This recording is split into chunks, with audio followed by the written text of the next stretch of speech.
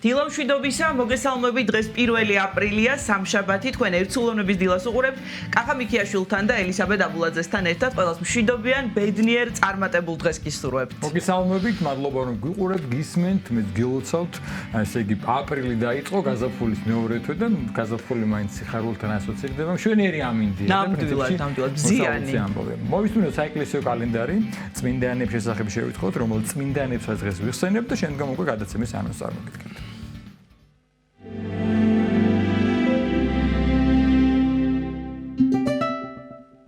1 აპრილს წმინდა მართლმადიდებელი სამოციქულო ეკლესია მოიხსენიებს წმინდა მოწამეებს ქრისანთესა და დარიას და მათ თანამოწამეებს კლავდი ტრიბუნის, მის მეუღლე ილარიას და მათ ძეებს იასონს და მავრას. ასევე დიოდორე ხუთს და მარიანე დიაკონს, წმინდა მოწამე პანქარეს. დღევანდელი დღის მფარველი წმინდანების ლოცვით და მეოხებით უფალმა დაიცვას და დაიფაროს სრულიად საქართველო. ამინ.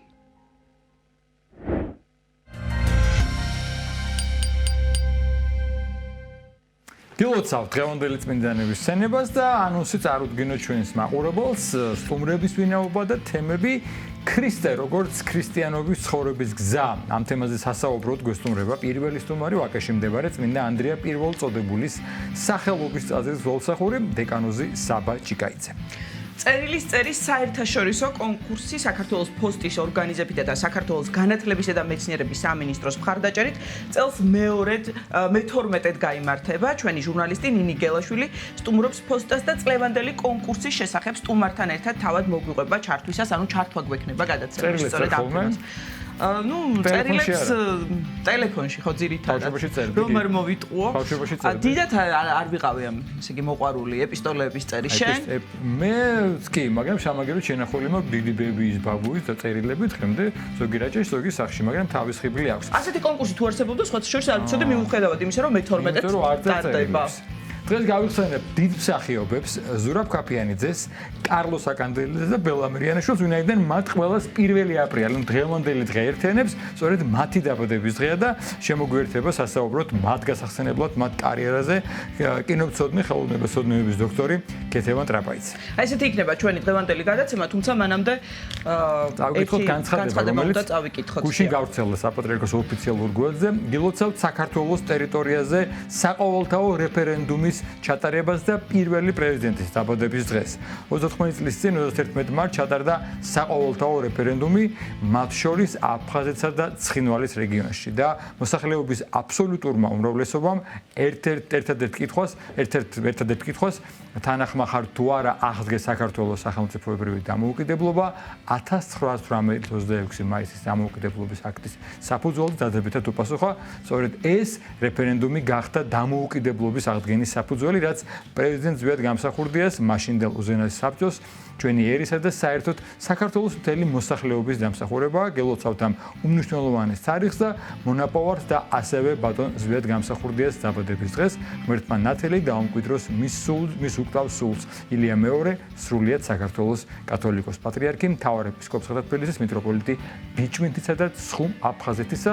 ეს არის გუშინდელი თარიღით დათარიღებული წერილი და ოფიციალურად გამოქვეყნებული საპატრიარქოს გვერდზე, როგორც გუშინ იყო ეს დღე და ყველას ულოცავთ ამ დღეს ხადია. უერთდებით ამ მილოცვას და ახლა ამინდის პროგნოზის დრო არის. ჩვენ თქვით რომ არის და პრინციპში ვინც გაიღვიძა უკვე და გარეთ გავიდა, გაიხედა ფანჯრიდან ყველა ვნახა რომ მზიანი და საგაზაფხულო ამინდია. ვნახოთ დღის განმავლობაში როგორი ამინდი გველოდება თბილისსა და სრულიად საქართველოში.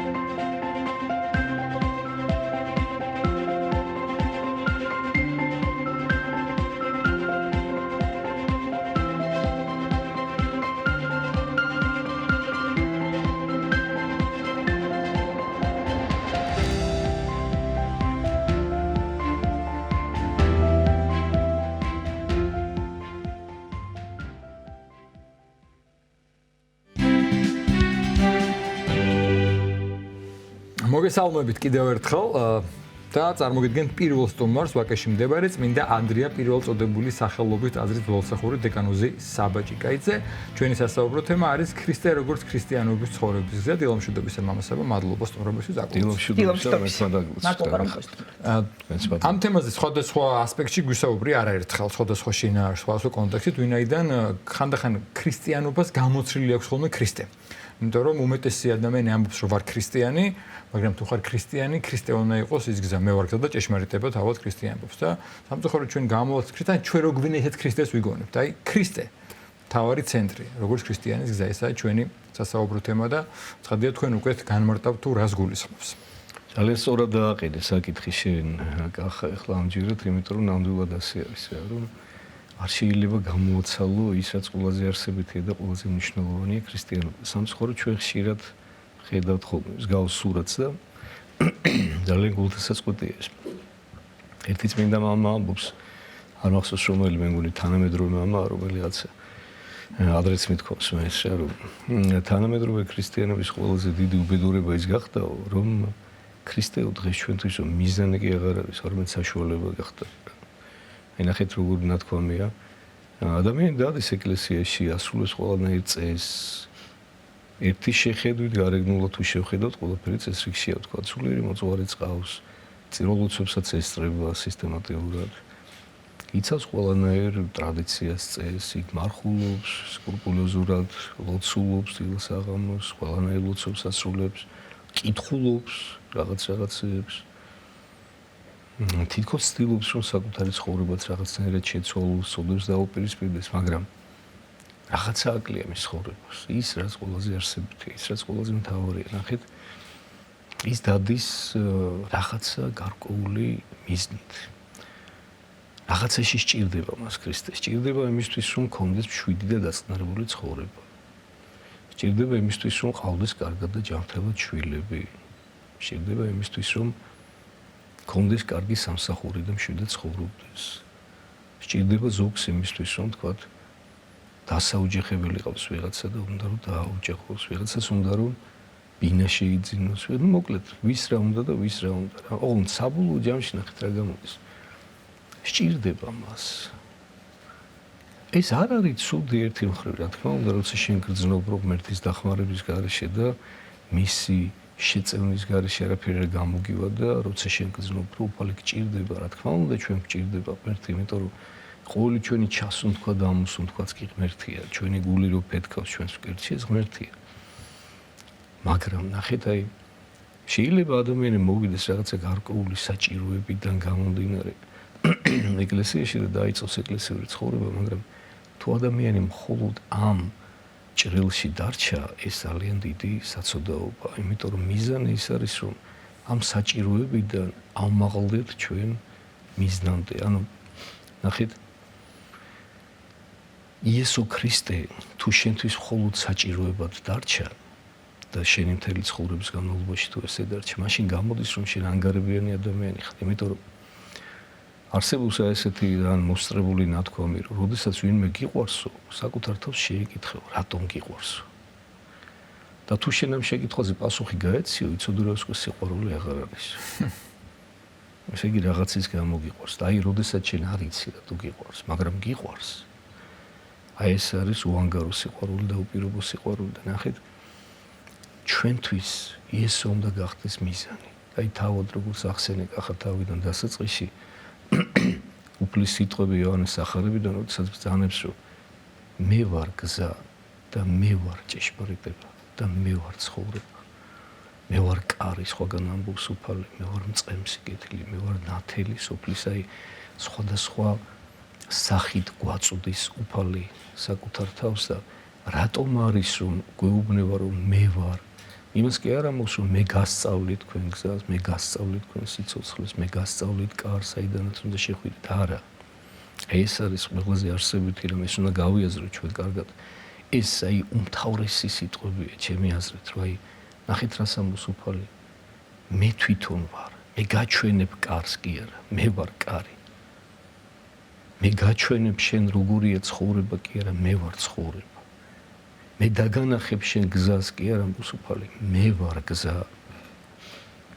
უცნაურია ხო ადამიანი გეუბნება მას თითქოს ახლა ხურჩი მოსული ღმერთი რომ მე ვარ რომ მე თვითონ ვარ ეს გზა და აი ეს უნდა მიხვდე ჩვენ ეს უნდა გავიაზროთ სხვაგან უფალი ამბობს სხვა შორის წინა კვირას იქნა წაკითხული სწორედ ეს სახარება ჯვრის თაყვანისმცემლის კვირიაკის რომელ საუნდეს შემდგომა ჩემს სამოსლოი ანუ ვისაც სურს რომ ჩემ შემდეგ მოვიდეს ჩემამდე უარყავ თავითვისი აღიღე ჯვარითვისი და შემომიდექი მე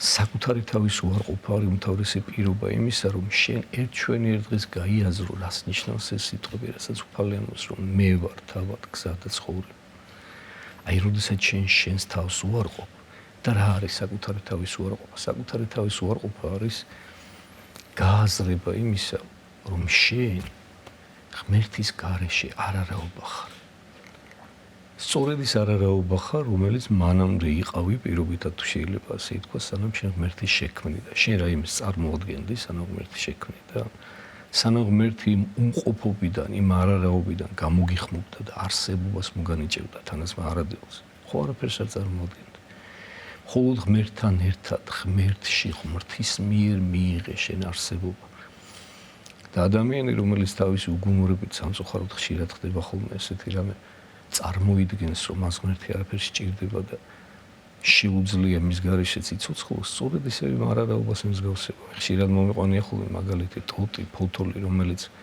ხეს მოწყდება და მოტყდება ხომ ის აუცილებლად კარგავს თავის სიცოცხლეს კარგავს თავის არსებობას და არარაობად გადაიქცევა ზუსტად ესე ანალოგიურად არის ადამიანის მხოლოდ აი როგორც ფოთოლს და ტოტს მხოლოდ ხესთან ერთად და მასთან ერთობაში აქვს სიცოცხლე და არსებობა ასე არის ადამიანიც ადამიანი უნდა მიხვდეს უნდა გაიაზროს ერთ ჩვენი დღეს და სხვა შორის ამის ემსახურება მთელი ცხოვრება ქრისტიანისა და ღმერთის განგებულება ადამიანის ცხოვრებაში სწორედ ამას ემსახურება რომ ღმერთმა როგორ მე რამენაირად აგრძნობინოს და ანახოს ადამიანს და ამ დაბლოს ჩვენ ესე უწოდებთ ხოლმე ხო იმიტომ რომ ჩვენ ყველანი ქედმაღლები და ამპარტავნები ვარ და სულ რაღაც ამბიციები გვაქვს სულ რაღაცა გონია რომ რაღაცას წარმოვადგენ და ვიღაცას წარმოვადგენ და ვიღაცაზე მეტი ვარ ვიღაცას ჯობი ვარ ვიღაცაზე უკეთესი ვარ სანამ ადამიანი ამ შედარებებს ახდენს რომ ვიზე მეტია ვიზე ნაკლებია ვის ჯობია ვინ არის მასზე წინ ვინ არის მასზე უკან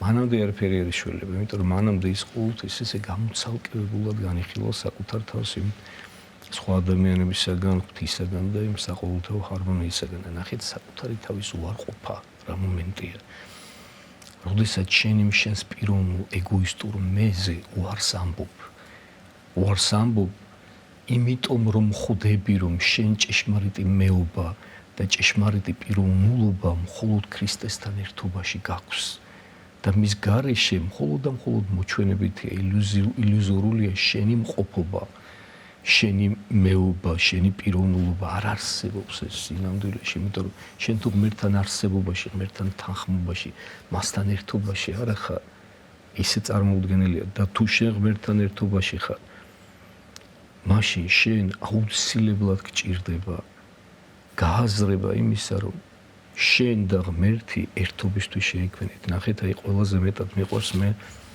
სიტყვა 64-ისა ესეთი გააზრება რამოდენიმე განმარტებას აკეთებენ წმინდა მამები, მაგრამ ყველაზე მეტად ჩემთან ახლოს რაც არის და მე ვთვლი რომ ყველაზე ახლოა ჭეშმარიტებასთან ეს 3-თან მე-4 ადამიანი რომელიც შეიქმნა იმისთვის რომ ყოვლა წმინდა სამება ღმერთთან ყოფილიყო მე-4 იმიტომ რომ ღმერთმა თავის ხატად და თავის გავსად შექმნა ადამიანი ღმერთად არის შექმნილი ოღონდ რა თქმა უნდა არა ბუნებით ღმერთი მხოლოდ თავად უფალი არამედ მადლის მიერ ღმერთად განღმრთობის უნარის მქონეთ არის შექმნილი ადამიანი სრულწმინდის მადლი და აქვს ადამიანს ეს ნიჭი ღვთისაგან მიმადლებული და არ შეიძლება რომ ეს ჩვენ რაიმეში გავცვალოთ და შეიძლება ეს გავცვალოთ ჩვენ ოსპის შეჭამანში როგორც თავის დროზე ესავმა გააკეთა იაკობს რო გაუცვალა თავისი პირმშეობა და ჩვენ სამწუხაროდ ამას ყოველდღიურად ვაკეთებთ და ძალიან ხშირად ვაკეთებთ ვთმობთ და ვცვლით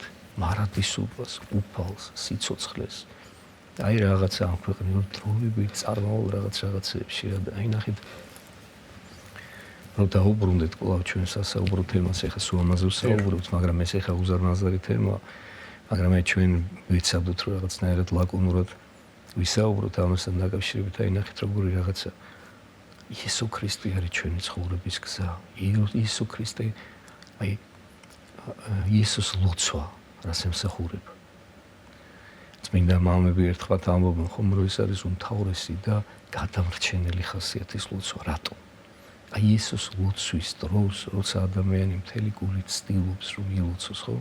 აი სწორედ ამ დროს ხდება ის რომ იესო არის მისი სუნთქვა, იესო არის მისი სიცოცხლე, იესო არის მისი გზა, იესო არის მისი ყველაფერი, დედა, მამა და ძმა, შეყვარებული მეუღლე, შვილი, ყველაფერი რაც კი შეიძლება ადამიანმა ინატროს, რაც კი შეიძლება ადამიანმა ისურვოს, იესოშია ჩვენი ბედნიერება. რას ამბობს უფალი? რომელსა უყვარდეს მამა, გინა დედა, გინა და ძმა, ცოლი, შვილი, უფრო ის ჩემსა. იგი არ არის ჩემ დაღირს.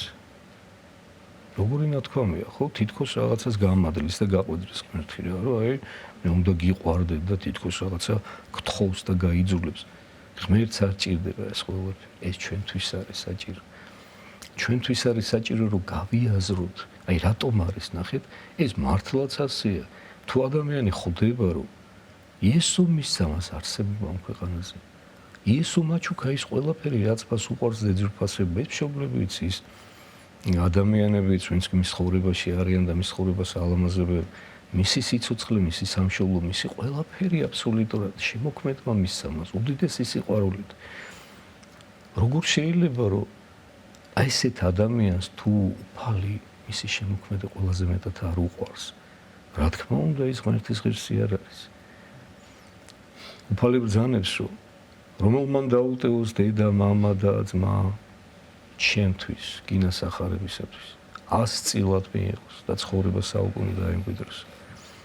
აი მე ხშირად მეკითხებია ხოლმე რა რომ ადამიანი რო გარდაიცვლება დედას, მამას და ძმას უახლოეს ადამიანებს მეგობრებს იკიცნობს.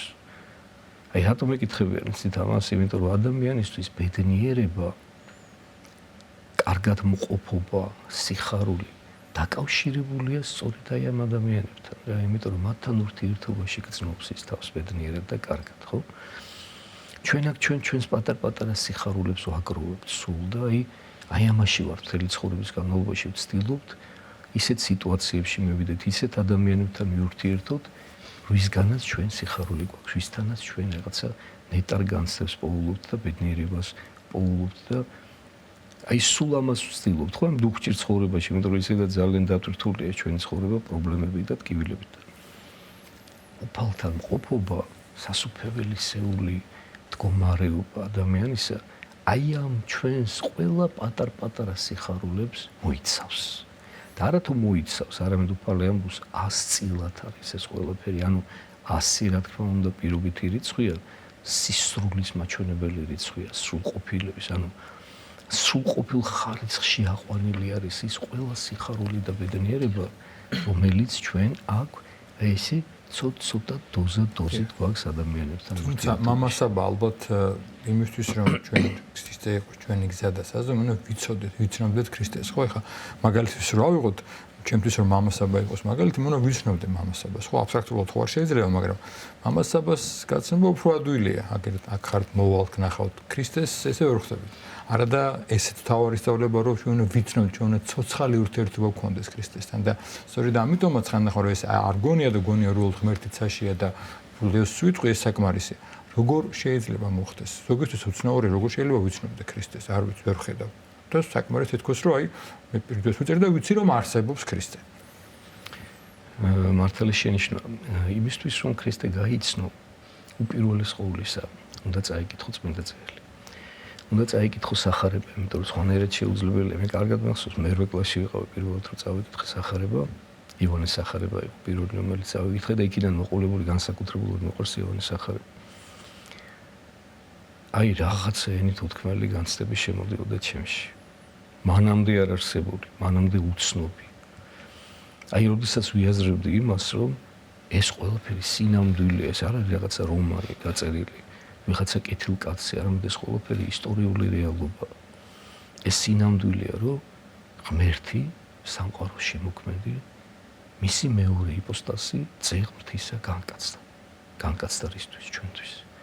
შეუძლებელია წაიკითხოს სახარება გულისხმობით.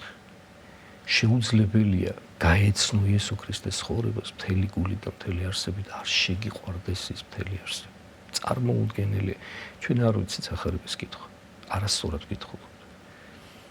რას ნიშნავს? აი რას ნიშნავს და იმას ნიშნავს, რომ ჩვენ ვკითხულობთ სახარებას როგორც რაღაც მხატვრულ ლიტერატურას. და როდესაც ვკითხულობ სახარებას, აი ზუსტადაც რომ შენ სვაჩერზე ლოცვა არსებობს სახარების კითხვის წინ. წინაწერილი კითხვის წინ. კაიკო, ხო, კარგი. და აი ძალიან კარგი იქნება თუ ჩვენ აი ლოცვასაც წავაკითხავთ ხოლმე, სანამ დავიწყოთ ამას. თუმცა რომ ღვთისმსახურებაზე იკითხება სახურების წინ და ასევე პირადი ლოცვების არის ზედა წერილის წინ კითხვა და შემდგომაც. ხო, იმიტომ რომ ეს მნიშვნელოვანია. გონება გაგიხსნას. იმიტომ რომ ნახეთ, ღმერთის შემეცნება ისე ღმერთისგან მეხდება. ღმერთმა უნდა გაგრძნობინო შენ რას ამბობს უფალი. რას ამბობს უფალი? რას ეუბნება ის პეტრეს? როცა პეტრე ის აღიარებს მას ქრისტედ და ჭეშმარიტ ღმერთად. ნეტარი ხარ შენ პეტრეო ეუბნება. ბარიონაო, იონას ძევო. რადგანო სისხლმა და ხორცმა კი არ გამოგიცხადა შენ რომ მე ღმერთი ვარ. არამედ მამამ გამოგიცხადაო შენ. ნახეთ როგორი მნიშვნელოვანი რაღაცა. შენ რაც არ უნდა ეკითხო დღეში რომ 10 ჯერ წაიკითხო სახარება თავიდან ბოლომდე, თუ შენ სწორი განწყობით არ კითხულობ, თუ შენ დამდაბლებული გულით არ კითხულობ, თუ შენში არ არის წრფელი ძიება ღმერთისა ჭეშმარიტებისა, ვერ გაიგებ. მე ვიცი ესეთი ადამიანები, ვიცი თეოლოგები ქვიათ იმ ადამიანებს, რომელსაც წარმოიდგენია და დარწმუნებული ვარ, გადაბულბულებული აქვს სახარება. სექტანტებმა ზეპირად მუხლებიციან, გეტყვიან საად რომელი თავის რომელ მუხში მე მაჯობებენ მაგაში მაგალითად, ხო? ზეპირად იციან ყველაფერი, მაგრამ აი ის შეგრძნება ცოცხალი ღმერთისა არა აქვს და ისაც ჩვენ დღევანდელი თემა ეხება, ნახეთ. რას ამბობს უფალი? მამამ უნდა გითხრას, მამამ უნდა გამოგიცხადოს. ერთხელ მამა თეოდორე მახსენა ძალიან კარგად რა შენ თუ ხვდები რომ ღმერთია იესო ქრისტეო, ესე იგი შენს გულს მამა არის შენახებიო რა და ძალიან მომეწონა ეს ლამაზად თქვა რა. ხო და მამა რო შეეხო შენს გულს, ზუსტად ეს არის საჭირო. შენ გულის ყურით უნდა კითხულობდეს, შენ უნდა გწყუროდეს უფალი, შენ უნდა გწყუროდეს ჭეშმარიტება და აი სწორედ მაშინ, როცა შენ ხარ წრფელი, როცა შენ ხარ ნამდვილი აი ამ ძიებაში, ღმერთი ეხება მე შენს გულს და პეტრესავით, აი როცა პეტრესავით ხარ, გეტყვის, რომ მე ვარ გზა და მე ვარ ჭეშმარიტება, მე ვარ ის, რასაც შენ ეძებ, მე ვარ ის, ვისაც შენ ეძებ. მე ვარ აქეთ-იქით მიყურები, კარიც მე ვარ, გზაც მე ვარ, სინათლეც მე ვარ, სიცოცხლეც მე ვარ. მე ვარ ყველაფერი ის, რასაც შენ ეძებ. ხო, ყველა ადამიანი ეძებს ბედნიერებას. მე ვარ შენი ბედნიერება, გეუბნ, ანუ ამით აი ნახეთ, უფალესე არ ამბობს, მაგრამ ჩავთვალეთ, რომ პერიფრაზში ეს არის, ანუ ყველა ადამიანი ხო ცხოვრობს ბედნიერებისთვის. ყველა ადამიანი ამ ქვეყანაზე უბრალოდ ვის რაში ესახება ეს ბედნიერება, ხო? ვიღაცას მაგალითად წამალში გონია ეს ბედნიერება და იმით რაღაც სიამოვნების მიღებაში, ვიღაცას თამაში, ვიღაცას ხორცელი ცხოვრებით კბობაში, ვიღაცას რავი სამსახურში, ვიღაცას ოჯახურ ურთიერთობებში და ვიღაცას რაში, ხო? კეიფში დროს არებაში. აი რაც თქვი მე რაღაც ჩვენ რაღაც პატარ-პატარა სიხარულებს ვაგროვეთ მეთქი. საბოლოო ჯამში ყველა ადამიანი ბედნიერებას ესწრაფვის, იმიტომ რომ შინაგანად ადამიანმა იცის რომ ბედნიერებისთვის არის დაბადებული და შექმნილი. მაგრამ უბრალოდ მე გავუკმართებული ეს ყველაფერი და არასწორი მიმართულებით ეძებს ამ მიმართულებას, ამ ბედნიერებას და ნახეთ უფალი გეუბნება, შენ ხო ეძებ ბედნიერებას? იესო ქრისტე განკაცებული ღმერთი ამ ქვეყანაზე მოსული გეუბნება, ხო ბედნიერებას ეძებ? მე ხო ვიცი რომ შენ სიხარულს ეძებ, ნეტარებას ეძებ, ბედნიერებას ეძებ, თანაც დაუსრულებელს, იმიტომ რომ იცი შინაგანად რომ მაგისთვის ხარ დაბადებული. მე ვარ ეს ყველაფერი გეუბნება და აგერა ვარ მოვიდი. ხორჩი მოვიდი, გამკაცდა.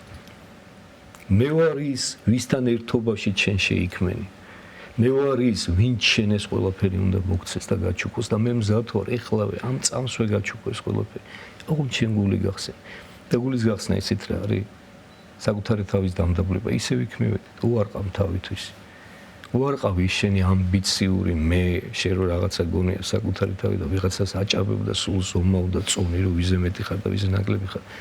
არ გინდა გაიაზრა რომ ყველანი ერთნი ხართ. თუმცა ეს არ არის მარტივი მამასობა და ზოგადად ქრისტიანობა არ არის ადვილი და ქრისტეს გზა არის ეკლიანი, არის ჯვარცმის გზა, არის განსაცდელობით სავსე და მაგრამ არა შეუძლებელი. არა შეუძლებელი და რა თქმა უნდა ასევე არის გარდაუვალი აღდგომა, ხო, რომლის მოლოდინიც გვაქვს და გარდაუვალი განახლება და ის სიხარული, რომელზეც თქვენ საუბრობთ, მაგრამ აი ცოტა რთულია ხოლმე ადამიანისთვის ამის გაგება, რომ თუ ამდენი აკრძალვა, თუ ამდენი განსაცდელია, ვთქვათ, აი სადღაა სიხარული, აი პავლე მოციქულის სიტყვები, რომ არადის გიხაროდე, როგორ უნდა მიხაროდეს თუ განსაცდელებია და თუ რაღაცა ვთქვათ უნდა დავითმინო ბევრი აი ქრისტეს სირთულეებზე რომ ფოტოშოპის ბევრს ესეც გონია რომ აი დავთან მარხვაში თუ რაღაცა დაძებში ივლის სულ თავჭაღუნული არ გაიღიმება არ გაერთობა არ გაიცნებს ეს თითქოს გონია რომ სწორი ხო და სწორია და ამით უფრო გამოხატავს რომ აი ის ძალიან მორწმუნეა და ძალიან სწორად ცხოვრობს ფალი პასუხობს გახარ როცა იმარქვიდეთ ხო მოიწესრიგეს ფარისევლის ნუდა იმის გავსებითო რა აი ეგრე რო იქცევიანო რა და ადამიანებს უჩვენებია წუხარე და მარხობა პირიქითო შენო ადამიანების თვალწინო მოწესრიგდი კიდევაცო ხიარულიც იყავიო და უფალს და ანახი ის გლოვაო შენი გულისაო რა რო შენ რომ მართლა ჭეშმარიტად გლოვობ იმ შენ ცოდებს და იმ ყველაფერს ვნახეთ შენი შნაც მინდა გამოეხმაურო ელისაბედ ძალიან სწორად აღნიშნა შენ რა უფალი პავლე მოციქული ძამის მარადის გიხაროდენ უნდა ეხლა ამდენ ტკივილებში და ამდენ როგორ უნდა მოახერხო ეს აი სწორედ ეს არის სწორედ ეს აი შენ როცა უფალი ყავს გულში როცა შენ ქრისტე ნაპოვნი ყავს აი ეს ადამიანის ცხოვრების უმთავრესი ამოცანა იესოს ლოცვის უმთავრესი აზრიც ეს არის რომ შენ აი კახა შენ რო ახსენე რომ მეცხრეცაზე გონია თუ სადღაც ღმერთიო იესოს ლოცვის უმთავრესი დანიშნულება სწორედ ეს არის რომ შენში შენს გულში იპოვო იესო იპოვო ახარ გაუშვა ხელი და გაუფრთხილდე და გიყვარდეს მთელი არსებით რა აი ეს არის და როცა შენ გულში უფალი ყავს როცა შენს გულში აღდგომის სიხარული ჩაუქრობლად ყვივის იმიტომ რომ ეს არის ადამიანის ცხოვრების და ქრისტიანის ცხოვრების კულმინაცია ხო აღდგომა ეს არის ჩვენი ბედნიერების საწინდარი რომ ჩვენ აღარ გვეშინია სიკვდილის კაცო ის რაც ყველაზე საშიში იყო ადამიანისთვის სიკვდილი მოკვდა აღარ არსებობს აგერ ვემზადებით ჩვენ სულ რაღაცა ორ კვირა ნახევარში აღდგომის დღესასწაულს ვიზეიმებთ ამას ველოდებით ჩვენ ეს უდიდესი სიხარულია ეს არის სწორედ აი ის ცეცხლი სიხარულის და ბედნიერების რომელიც ყოველთვის ყველანაირ ტკივილზე ყველანაირ წუხარებაზე რომელიც შეიძლება ამ ცხოვრებამ და ბოროტმა ძალამ ადამიანს მოუტანოს ყველაფერზე მაღლადგება ყველაფერზე აღმატებულია და ადამიანზე მუდმივად აძლევს აი ამ მარადიული სიხარულის განცდას მარადის გიხარობდნენ რომ პირველი ქრისტიანები ქრისტესთვის სიკვდილს ეძიებდნენ როგორც ვახტანგ გოგასალმა დაგვიბარა ჩვენ ეძიებდნენ ისეთ ადგილებს სადაც ქრისტიანებს დევნიდნენ და შეგნებულად მიდიოდნენ რომ საშუალება მისცემოდათ ქრისტესთვის თავგანწირვისა ადამიანურად რო შევხედოთ მაზოხიზმია და სისულელე ხო ერთი ცხოვრება მოგეცა და მიდიხარ და თავს იკლავ მაგრამ არა ისინი სულიერი თვალით ეყურებოდნენ მათი გული სავსე იყო უფლისადმი სიყვარულით მათი გული სავსე იყო უფლისადმი მადლიერებით და ერთი სული ჰქონდათ რომ როგორმე ეს მადლიერება და სიყვარული გამოეხატათ მათთვის ჯვარცმული ღმერთის მიმართ და გამოეხატათ სწორედ იმ ფორმით როგორც უფალმა გამოხატა ჩვენს მიმართ ხო რა გითხრა რა არის ყველაზე აღმატებული ფორმა სიყვარულისა როცა ყველაზე ძვირფასი რაც გაგაჩნია ამ ქვეყანაზე შენი საკუთარი სიცოცხლე ერთადერთი და განმეორებელი შენ შეგიძლია რომ დათმოს ხისთვის და ამას აკეთებდნენ აი სიყვარული აი ის განცდა სიხარულის ეხა შეიძლება სიკვდილი გიხარობდეს როგორ არ შეიძლება თუ შენ გულში უფალი მადლობა ძალიან დიდი მადლობა მაგაში მდებარე წმინდა ანდრია პირველწოდებული სახელობის ტაძრის ძველსახური დეკანოზის საბაჭი კაიძე გვესაუბრებოდა ახლა ლოცვის დროა ჩვენს ეთერში მოვისმინოთ 7 გზის ლოცვა ლოცვა 9 საათზე და დავბრუნდებით პირდაპირ ეთერში დაგველოდეთ იდება მაღალთაში ნომერცა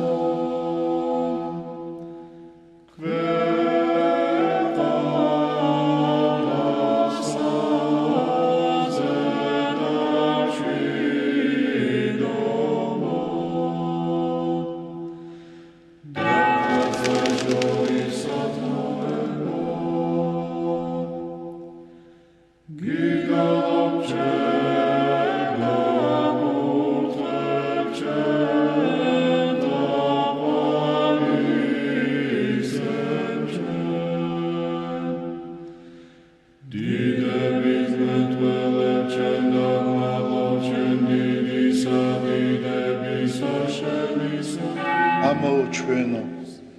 რომელი ხარ ცათაშინა, წმინდა იყავნ სახელი შენი, მოვედინ სუფევა შენი, იყავნ ნება შენი, ვითარცა ცათაშინა, ეგრეცა ქვეყანასა ზედა, პური ჩვენი არსობისა, მომეც ჩვენ დღეს და მომიტევენ ჩვენ თანანადებნი ჩვენი, ვითარცა ჩვენ მიუტევებთ თანამდებთა მათ ჩვენთა და ნუ შემიყვანებ ჩვენ განსაცდელსა, არამედ მიხსნენ ჩვენ ბოროტისაგან.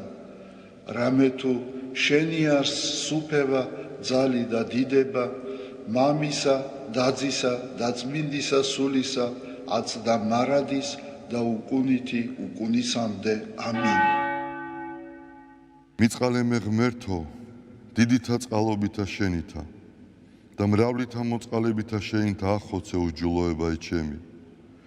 უფროს განბანე მე უჯულოებისა ჩემისაგან და ცოდვათა ჩემთაგან გამწმინდე მე.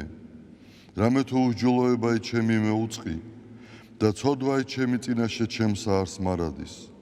შენ მხოლოსა შეგწოდე და ბოროტი შენ წინაშე ვყავ, რათა განმართლე სიტყვათაგან შენთა და ზლოს ჯასა შენსა. რამე თუ ესე რა უჯულოებათა შინა მიუდგა და ცოდვათა შინა მშამე დედამან ჩემა. რამე თუ ესე რა ჭეშმარიტება შეიყვარე, უჩინონი და დაფარონი სიბნისა შენისანი გამომიცხადენ მე. მას ხორო მე უსუბითა და განწმინდე მე. განბანო მე და უფროს თოვლისაგან სპეტაკნე, მას მინო მე გალობაი და სიხარული და იხარებნე ძვალნი დამდაბლებულნი. გარე მიაქციე პირი შენი ცოდვათა ჩემთაგან და ყოველი უჯულოებაი ჩემნი ახოცე. გული წმინდა დაბადე ჩემთანა ღმერთო და სული წრფელი განმიახლე გვამსა ჩემსა. ნუ განმაგდებ მე პირისა შენისაგან და სულსა წმინდასა შენსა ნუ მიმიღებ ჩემგან. მომეც მე სიხარული მაცხოვარებისა შენისა და სულითა მთავრობისათა დამამტკიცე მე. ვასწავლე უჯულოთა გზანი შენი და უღმრთონი შენ და მოიქცენ. მიხსენ მე სიცხთაგან ღმერთო, ღმერთო ცხოვრებისა ჩემისაო. იხარებდეს ენა ჩემი სიმართლესა შენსა. უფალო, ბაგენი ჩემნი აღახვენ და პირი ჩემი უთხრობდეს ქებულებასა შენსა. რამე თუ უკეთუმცა გენება, მსხვერპლი შემცა მეწირა, არამედ საკვერთხი არ აგთნდეს. მსხვერპლი ღმრთისა არს, სული შემოსრული, გული შემოსრული და დამდაბლებული ღმერთმან არა შეურაცხყოს. კეთილი უყვა უფალო ნებითა შენითა სიონსა და აღეშენენ ზღუდენი იერუსალიმისანი.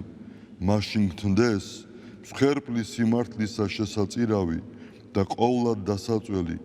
მაშინ შესწირნენ საკურთხეველსა შენსა ზედა ზვარაკნი. დიდება მამასა და ძესა და წმინდასა სულსა, აწდა მარადის და უკუნითი უკუნისამდე. ამინ. ალილუია, ალილუია, ალილუია. დიდება შენ და ღმერთო. ალილუია, ალილუია, ალილუია. დიდება შენ და ღმერთო. ალილუია, ალილუია, ალილუია. დიდება შენ და ღმერთო ჩვენო, დიდება შენ და. ღვთისმშობელო ქალწულო გიხაროდენ, მიმადლებულო მარიამ უფალი შენთანა. კურთხეულ ხარ შენ დედათა შორის და კურთხეულ არს ნაყოფი მუცლისა შენისა. რამე თუ მაცხოვარე გვიშევ სულთა ჩვენთა. უფალო დიდება შენ და გადაარჩინე და განთლიანე საქართველო. უფალო დიდება შენ და გადაარჩინე და განთლიანე საქართველო. უფალო დიდება შენ და გადაარჩინე და განთლიანე საქართველო. Amen.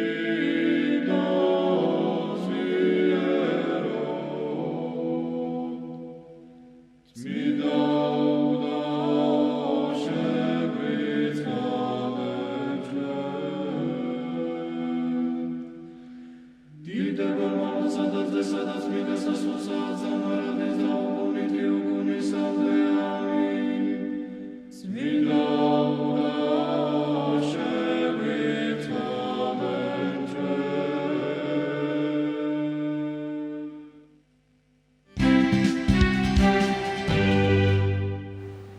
ჩვენ ყოველ პირდაპირ ეთერში ვართ და ვაგრძელებთ გადაცემას წერილის წერის საერთაშორისო კონკურსი საქართველოს ფოსტის ორგანიზებით და საქართველოს განათლებისა და მეცნიერების სამინისტროს მხარდაჭერით წელს მე-12-ად გაიმართება. ჩვენი ჟურნალისტი ნინი გელაშვილი სტუმრობს ფოსტას და წლევანდელი კონკურსის შესახებ სტუმართან ერთად თავად მოგვიყვება. დილამშვიდობისა ნინი, საინტერესო თემაზე გვერდება ნამდვილად. გესმის ჩვენი ნინი. დილამშვიდობისა, ჩვენ ახლა სწორედ საქართველოს ფოსტაში ვიმყოფებით. მოგეხსენებათ, საქართველოს ფოსტა უკვე მე-12 წელია წერილის წერის საერთაშორისო კონკურსს ატარებს და ამ მხრივ არც წლევანდელი წელია გამონაკლისი. განაცხადების მიღება უკვე დაწყებულია და ალბათ მონაწილეობის ყველა მსურველს აინტერესებს კონკურსის დეტალები. სწორედ ამიტომ ჩემთან ერთად ახლა იმყოფება საქართველოს ფოსტის გენერალური დირექტორი ბატონი ლევან ჩიკვაიძე, რომელიც უფრო კარგად გაგვაცნობს კონკურსის პირობებსა და მნიშვნელობას. ბატონო ლევან, მოგესალმებით. რომ გითხრათ, რა არის კონკურსის წლევანდელი თემა და ზოგადად რა მიზანს ემსახურება აღნიშნული პროექტი? კონკურსის წლევანდელი თემატიკა გახლავთ წარმოიდგინე ხარ ოკეანე და მისწერე წერილი ადამიანს თუ რატომ უნდა იზრუნოს შენზე. ფიქრობ, რომ ძალიან ფართოა, წარმოიდგინე იყო ოკეანე, მრავალ ფანტაზიიდან ნებისმიერი მიმართულებით შეიძლება ამის განვრცობა და როგორც წესი ჩვენ ძალიან საინტერესო ნამუშევრებს ვიღებთ ხოლმე ყოველწლიურად. მოგეხსენებათ 2014 წლიდან საქართველო ყოველწლიურად მონაწილეობს საერთაშორისო კონკურსში, იღებს მონაწილეობას და გამოვავლენთ 3 საუკეთესო გამარჯვებულს. პირველ ადგილზე გასული ავტომატურად მონაწილეობას იღებს საერთაშორისო კონკურსში, რომელიც იმართება ყოველი წლის 9 ოქტომბერს ფოსტის საერთაშორისო დღეს შვეიცარიაში ქალაქ ბერნში. იმედი მაქვს ერთ დღეს ქართველ ბავშვს 15 წლამდე ასაკის ბავშვს ვიხილავთ გამარჯვებულ საერთაშორისო კონკურსს. რომ გითხრათ, კონკრეტულად ვის შეუძლია ამ პროექტში მონაწილეობის მიღება და ასევე მიზანი რა არის ამ პროექტის? კონკურსში მონაწილეობის მიღება შეუძლია ყველა საქართველოში მაცხოვრებელ 15 წლის ჩათვლით ასაკის ბავშვს. მიზანი გახლავთ ის, რომ ბევრი მეცნიერული ნაშრომი არსებობს იმასთან დაკავშირებით, რომ ერთი რომ ხელწერისას ბავშვის ფანტაზია უფრო ნაყოფიერია და უფრო შორს იღმებს შეიძლება მისვდეს.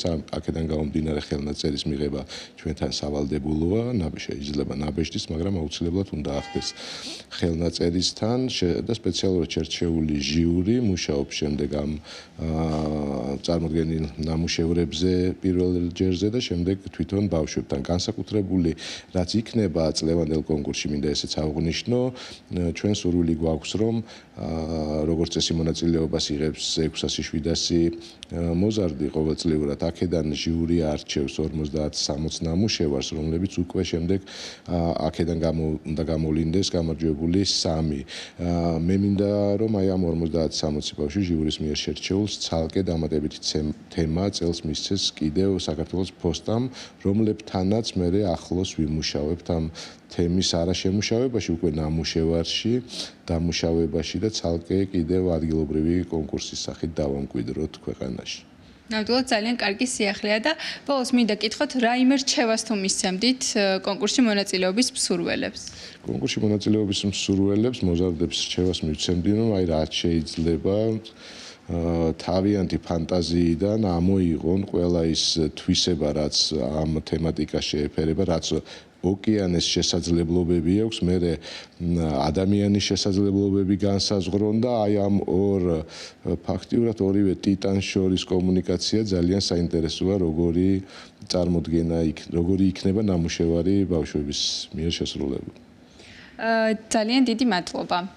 ჩვენს მაყურებელს შევახსენებ, რომ წერილის წერის საერთაშორისო კონკურსის განაცხადების მიღების ბოლოა და 4 აპრილი. მე დაგემშვიდობებით და რა თქმა უნდა მონაწილეობის ყველა მსურველს უდიდეს წარმატებას ვუსურვებ. ძალიან დიდი მადლობა. მე ველოდები შენგან ელისაბედ ამ დღეებში. იგივე მინდოდა სხვათა შორის რომ მეთქვა სასწრებაზეა, მე ვარ ოკეანე, შეგისწორი და მე გააგზავნე.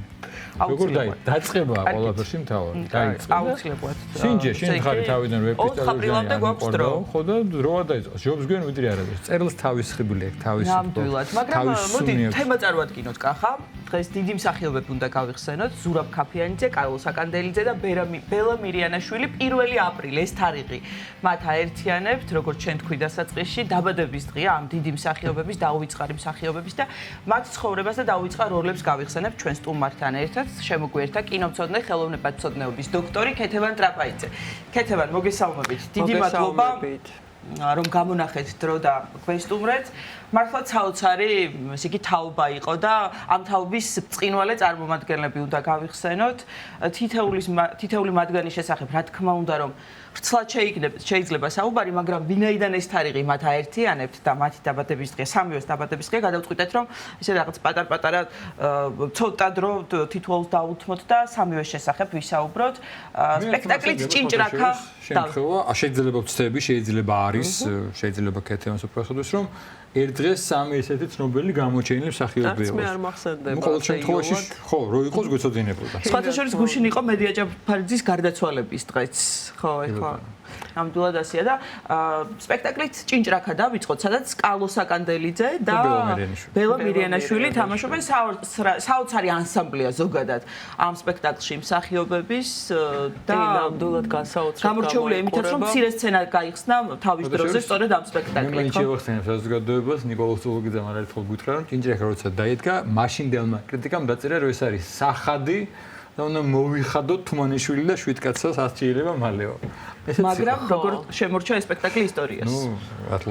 კი, გარდა იმისა, რომ დათვიდან დაწყებული მგელით და ტურით დამთავრებული აბსოლუტურად ყველა ფიგურირება და იმაში კრიტიკაში, გარდა ამისა ეტყობა ჩათვალეს, რომ ვერ გამოიკვეთა ეს სახეები სათანადოდ და ამიტომ რაღაც თავის კონკრეტული მახასიათებლები არ ჰქონდათ. ნუ ეხლა ძალიან კომიკურად გამოიყურება ეს ყოველივე რასაკვირველია, მაგრამ მართალი გითხრათ, აი იმ ზოგად რევოლუციური იდეოლოგიურ სტანდარტს ხო, რომელსაც რაღაც თავის მკვეთრი და ასე ვთქვათ, მაინც ერთ იმაში კალაპოტში მოქცეული ხასიათები ჰქონდა ამ სპექტაკლმა არათუ მოხსნა ეს იმიჯი, არამედ აი ამ გასაოცარი თავისი ანსამბლით და ერთიანობით და ერთი ორგანიზმის შექმნით ამ სპექტაკლში მართალი გითხრათ იმ პერიოდიდან მოყოლებული დღემდე ერთი და იგივე ემოცია გამოიწვია მაყურებელში.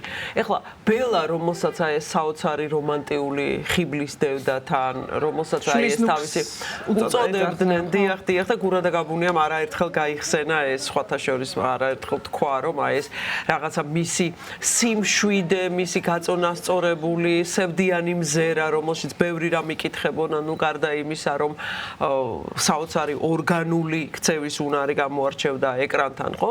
ეს ყველაფერი სცენაზეც ჰქონდა და მოსთქამდა მას, რასაკვირველია.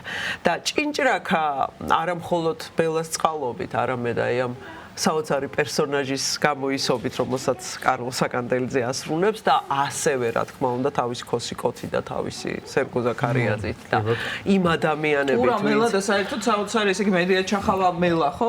კი, რა თქმა უნდა. კი, ბატონო, ფარდაც კი ამ სპექტაკლის რაღაცა გარკვეული სიმბოლიკის მატარებელია და ყოველთვის, როდესაც მე მახსენდება ეს სპექტაკლი, მახსენდება ბელას სილუეტი. რომელიც აი გრაფიკულ მონახაზებში ყველგან ფიგურირებს ხოლმე, ხო? არა მარტო აფიშაზე, არამედ როდესაც რაღაცის გაკეთება და შექმნა უნდათ და მინიშნება ქართული თეატრის ამ ხანაზე, ხშირად ბელას სიფრიფანა სილუეტს, აი ამ გრაფიკულ სილუეტს და მონახაზს იყენებენ ხოლმე ჩარჩოდ, რა ძალიან საინტერესოა, მინდა გითხრათ. ეს არის ერთგვარი, როგორ გითხრათ, რომანტიული პერსონაჟების ხანა კი არა, თავად ბელა გახლდათ ამ რომანტიული განწყობის მატარებელი და ეს სევდა და ასევე სათნოება, რომელიც მას ახასიათებდა, კინოდან ფილმში მოჰქონდა ხოლმე, შემიძლია გითხრათ, თუ დღე პირველი დღე უკანასკნელი, რომელსაც ხან ვაკრიტიკებთ, ხან სოციალიზმის ნიმუშს უწოდებთ, ხან ბევრ რაღაცას ვაწერთ ხოლმე ამ ფილმს, მაინც ბელას წყალობით, აი ამ ერთგვარი ოდნავ სევდიანი განწყობის და ამასთანავე მისი ცოცხალი ხასიათის მანიშნებელი და მატარებელია. ეხლა ძალიან რთულია სოციალიზმის პირობებში და ასე ვთქვათ, მოდით ვიტყვი ამ სიტყვას თუ შეიძლება, ხო, დახატული და შექმნილი გმირების პირობებში ძალზე რთულია შენი ასე ვთქვათ, მახასიათებლები გამოიტანო ეკრანზე და გამოკვეთო მაყურებლის თვალწინ, ასე როგორც ეს ბელას შეეძლო.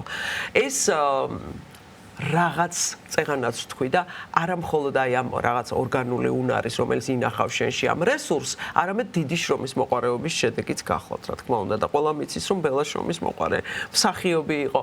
გარდა იმისა, რომ ამ შრომის მოყარეობას შეეწირა მისი რა თქმა უნდა, გარდა იმისა, რომ მისი ეს გარეგნული შტრიხები და მახასიათებლები არაფერს არ იმეორებდა, არც დასავლეთის ვარსკვლავებს, არც საბჭოთა სინამდვილისთვის დამახასიათებელ მებრძოლ ქალებს, რომელიც რუსულ კინოში მრავლად იყო, არც სხვა ჩვენთვის ნაცნობი და იმ პერიოდში მაყურებლისთვის ნაცნობი ქვეყნების გმირებს, არც უტეხ ქალებს, რომელთაც დაუშვათ რაღაცა თავისი სიძლიერით მოჰქონდათ იმ პერიოდში ეკრანზე. არა, მას ეს შინაგანი ძარღვი და სიძლიერე ჰქონდა.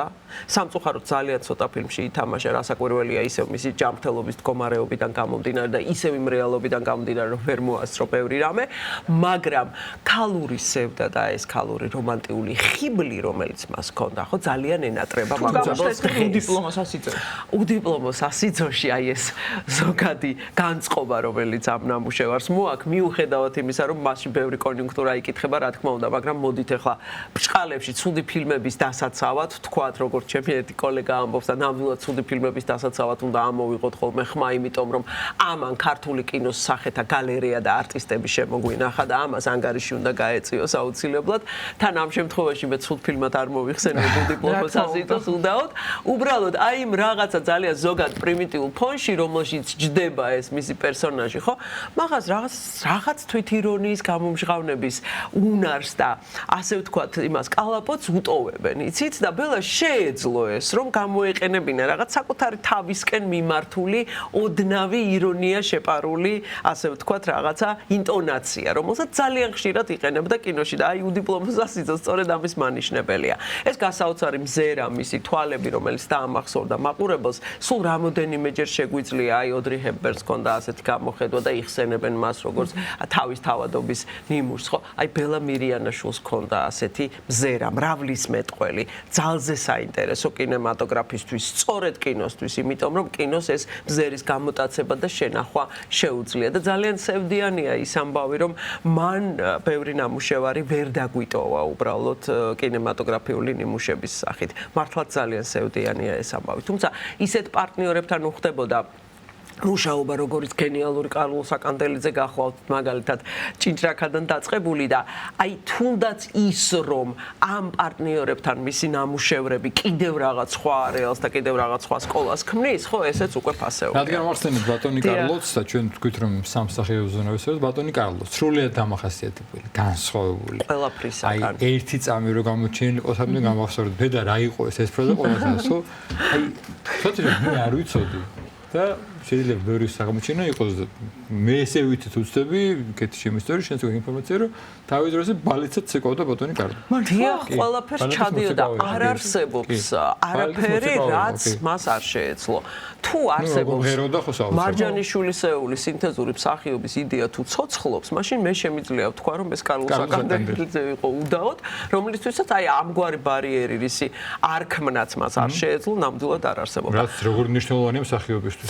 ძალზე მერე ეს იცით რაღაცა გასაოცარი ენერგეტიკის შეგრძნება, რომელიც მას ეკრანიდან მოჰქონდა. ეხლა ვისაც სცენაზე უნახავს, რა თქმა უნდა, იგივეს ამბობს, თავისთავად, რა თქმა უნდა და რასაკვირველია მას ეს მაყურებელთან აი ამ ძალზე ინტიმური მე პირველად როცა ვიყავი თეატრში, ნახე ბატონი კარლო საკანდელიძე. აი იყო ეს სპექტაკლი რუსთავის თეატრში, ლელა ელბეგაშვილი თამაში, რაღაცა ეს მურმანჯინორია, ზღაპარი იყო, აღარ მახსოვს, პირველად რო ვიყავი, როცა მომინდა მსახიობობა და ბატონი კარლო ვიცოდი რა თქმა უნდა ეკრანიდან და ახლოს ვიჭიქდი რომ დავინახე ცოცხალი კარლო საკანდელიძე აღშფოთებული ბატონ კარლო საკანდელიძეს ჰქონდა ერთი გამორჩეული უნარი მაყურებელი პროფესიონალი თუ არაპროფესიონალი მაყურებელი ძალიან ხშირად ნუ ვინც იგონებდა ბატონ კარლოს და ვისაც რაღაც ნუ კავშირი ჰქონდა თეატრთან მით უმეტეს ყველა ერთხმად ამბობდა რომ ყოველთვის ჰქონდა იმის შეგრძნება რომ ეს მსახიობი მას მიმართავდა მაინცა და მაინც მას იცით ესეც რაღაც გამორჩეული უნარია აი ამ ურთიერთობაში მოსვლის. ეხლა რა თქმა უნდა პროფესიონალი მსახიობები სწავლობენ ეს როგორ აკონტროლონ და თავისთავად როგორ რადინებით წაიყვანონ ეს ყველაფერი, მაგრამ მას ხომ ეს მოსდგამდა რა. რასაკვირველია ეს მისეული იყო. ნუ აღარაფერს ვამბობ მის იუმორზე, აღარაფერს ვამბობ იმაზე, რომ ნებისმიერ სიტუაციაში შეეძლო ეს არტისტული სიტუაცია შემოეტრიალებინა და რაღაც იმპროვიზაციით წარემართა ნებისმიერი საღამო, ეს ერთი და ძალიან შეხმატკმილებული იყო რამაზ ჩიკვაძესთან და დანარჩენ არტისტებთან. ვიცით მის შესახებ კი. რა თქმა უნდა, მაგრამ აი მაინც მოდით აქცენტს ნიკანდრო ქილიაზე გავაკეთებ მე თუ შეიძლება იმიტომ რომ ხო სხვაგვარია კარლო აქ.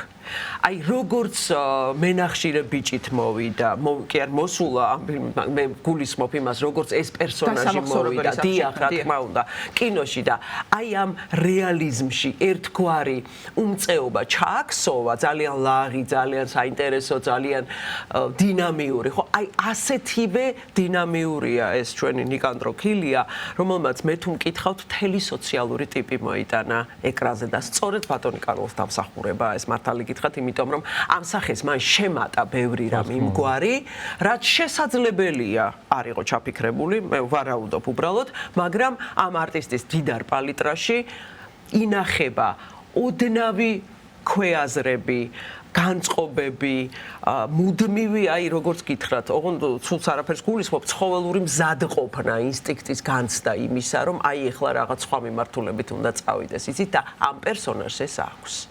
მას თავის დამდაბლებაც შეუძლია დამერწმუნეთ. სხვა განწყობაზე გადაყვანაც შეუძლია მაყურებლის და საკუთარი თავის. ისევე როგორც ღვინის ქურდებში გახსოვთ თქვენ ეს ფილმი ძალიან კარგად, ისევე როგორც ღვინის ქურდებში მისი პერსონაჟი გახლავთ ერთ-ერთი გამორჩეული კი არა.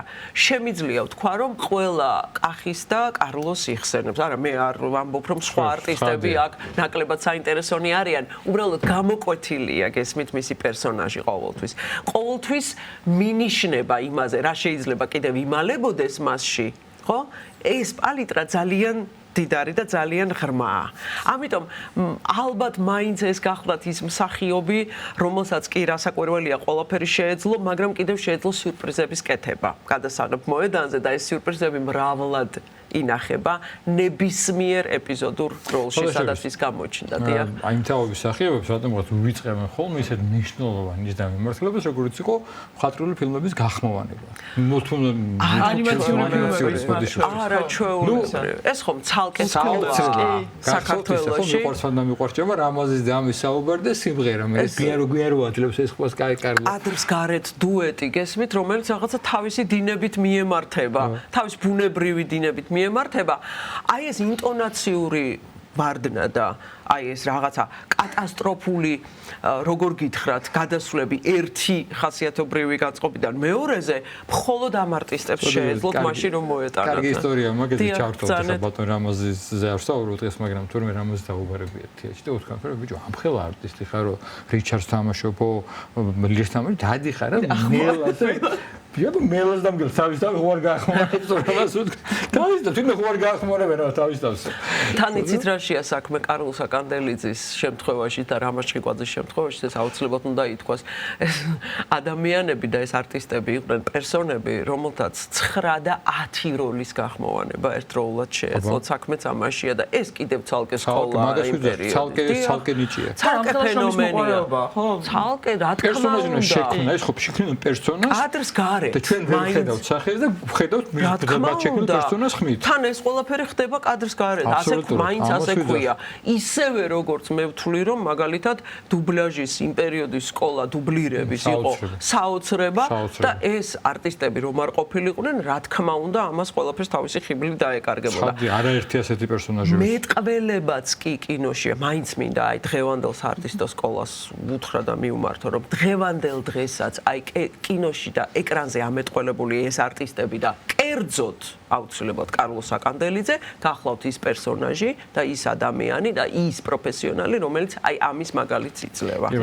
და კეთი ზურაბ ქაფიანიძის დაბადების დღე ასევე დღეს მკვეთრად გამოხატული ინდივიდუალიზმით ხმის ტემბრი ეს განსხვავებული დასამახსოვრებელი ფაქტურა ასევე გარეგნობითაც გამორჩეული და როგორ დაემთხვა სამივე მსახიობი ვიზეთ საუბრობთ ხო ჩვენ გავაერთიანეთ რომ სამივეს დაბადების დღეა და სამივეს თავარი ნიშნთვისებარი რომ გამორჩეული და ძალიან ძალიან გამოკვეთილი მახასიათებელი. არ დაგავიწყება, ყველას აქვს თავის. ეს არის უმნიშვნელოვანესი ხელოვანისთვის. და ბატონის ზურაბის შემთხვევაში ასევე მისი წაკითხული ლექსებიც გახსენდება, ხო? ხატულობა და ფორმა კი.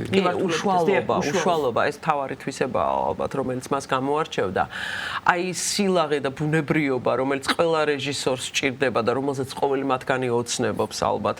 ის გარეგნული ნიშან-თვისებები, რომლის წყალობითაც ის ქართული კინოს მთავარი მახასიათებლების რანგში შევიდა, სწორედ ეს გახლავთ ის ნაკრები, რაც ურაკაფიანიძეს გამოარჩევს, მაგრამ აქ კიდევ ერთი რამ უნდა ითქვას, იცით, მე ვიცი რომ უფროსი თაობის მაყურებელი კარგად იცნობს ამ ფილმს, მაგრამ მერაბ კოკოჩაშვილის მიხამინდა დავასახელო.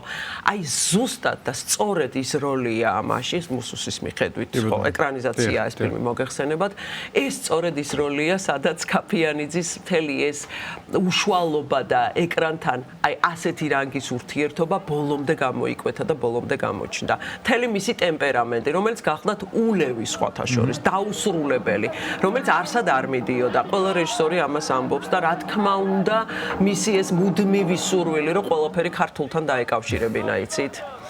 ეს ხასიათში ძიების საშუალებას აძლევდა. ოღონდ ამას ყველაფერს აკეთებდა ლაღად, უბოროტოდ, უშუალოდ. ეს ხომ ისეთი ნიჭია, რომლის ძიებასაც ალბათ 10 წლეულები და ხანდახან 20 წლეულებიც უნდებიან ხოლმე მსახიობები, პროფესიონალები, იმიტომ რომ ბუნებრივია, ერთია ეს ყველაფერი სცენაზე, მეორეა ეს ყველაფერი ეკრანზე.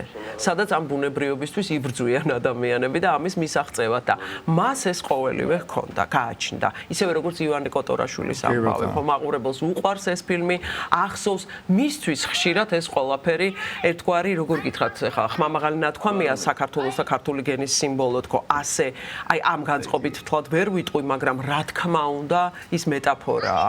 აი ამ ქართული ბრძოლის უნარიანი ხასიათის დაუმორჩილებელი, აი მუდმივად საკუთარი მიწის დამცველი მეომრის ერთგვარი მეტაფორაა.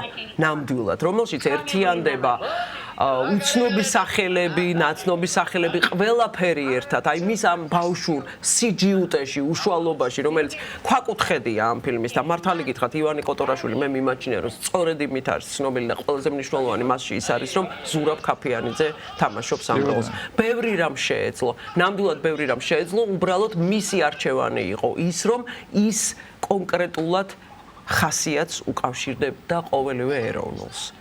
და ეს დასაფასებელი კი არა, მე ვთვლი რომ ალბათ ისტორიაში დაუვიწყარი ფაქტია. ისევე როგორც მისი გარეგნული მახასიათებლები, რომელსაც შექმნა ყველაზე სწრაფები მსოფლიოში, ხო? კი, რა თქმა უნდა. რაჭველი იყო, რაჭიდა. გახლდათ და სხვათა ზემორაჭველი. და რაღაც გამორჩეული იუმორიც ახასიათებდა, კი, რა თქმა უნდა, თუმცა ამას ჩუმაც ჩადიოდა ხოლმე, ან მე რამდენადაც ვიტყვი, ბოლოში იტყოდა, კი, აუცილებლად, სათქმელს იტყოდა დინჯად, მაგრამ იტყოდა მტკიცედ და სრულიად გამორჩეულად ყველაფრისაგან. მისი ეს სილაღე და ის სიყვარულის ულევი რაღაც რესურსი, რომელიც მას გააჩნდა, კიდევ კარგი რომ დარჩა ქართულ კინოს. თუმცა თეატრში არ იმდენად, რა თქმა უნდა, კი, და ეს გულდასაწყვეტი ფაქტია, მაგრამ დამირწმუნეთ, რომ კინოს ყველაფერს რომ თავი დავანებოთ, აი მხოლოდ მისი ფაქტურა და მისი ეს უანგარო და უშუალო და გასაოცარი ბუნებრიობა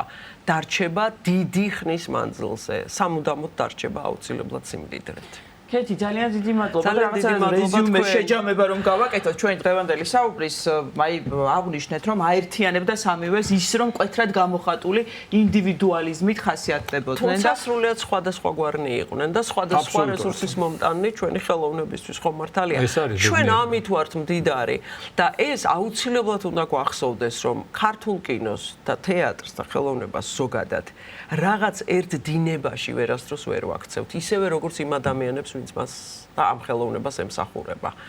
ამაზე დიდი ბედნიერება ალბათ არ არსებობს, უბრალოდ მე გული მწყდება, რომ ამაზე ხშირად არ ვლაპარაკობთ ხოლმე ამ დარგის სპეციალისტები და ეს მკვეთრად გამოხატული ინდივიდუალიზმი გახლავთ ღვთისწყალო. მადლობა, დიდი მადლობა კინომცოდნე, ხელოვნებაცოდნეობის დოქტორი კეთევან ტრაპაიძე გვესაუბრებოდა. მადლობა რომ გვისმენდით და მომავალ შეხვედრამდე გამშვიდობებით. კახა მიქიაშვილი და ელისაბედ აბულაძე უძღვებოდით დღევანდელ გადაცემას. მადლობა რომ გვიყურეთ ბედნიერად.